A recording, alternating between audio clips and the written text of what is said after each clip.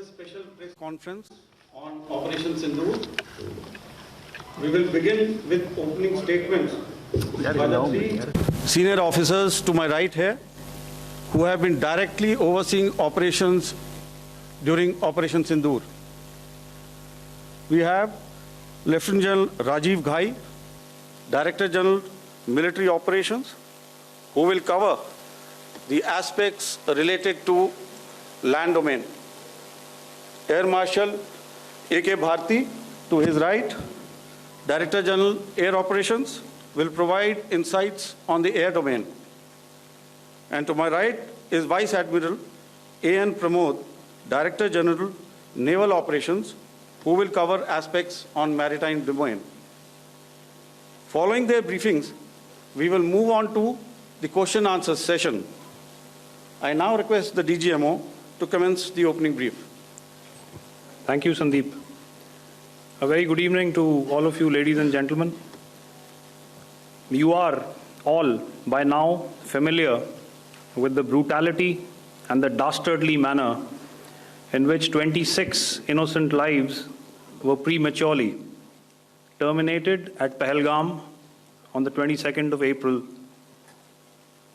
When you combine those horrific scenes and the pain of the families that the nation witnessed with numerous other recent terrorist strikes on our armed forces and defenseless civilians, we knew that the time had arrived to make yet another compelling statement of our resolve as a nation.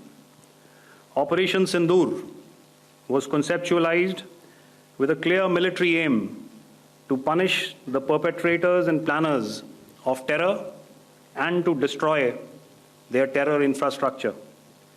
What I do not state here, of course, is the often stated determination of India and its intolerance to terror. It set into motion a very diligent and microscopic scarring of the terror landscape across the borders and the identification of terror camps and training sites. The locations that emerged were numerous, but as we deliberated more, we realized that some of these terror hubs were now bereft of any presence and had preemptively been vacated, fearing retribution from us. There was also a term of reference and our own binding, self-imposed restriction, fearing retribution from us. There was also a term of reference and our own binding, self-imposed restriction to target only terrorists and thus prevent collateral damage.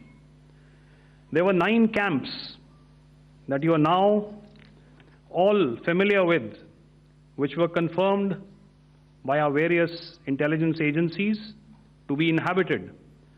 Some of these were in POJK, while there were others that were located in the Punjab province in Pakistan. Nefarious places such as Muridke, the hub center of the Lashkar-e-Taiba, has over the years bred infamous characters such as Ajmal Kasab and the likes of David Headley. What followed was a careful scrutiny of each of these sinister locations, their layout, configuration, even the type of construction in each structure, and the terrain obtained around these. This was with an obvious intent to deduce and identify the exact vector that was required for their neutralization, as also the eyes in the sky that we would send up to ensure that we brought back evidence that we had indeed targeted what we set out to.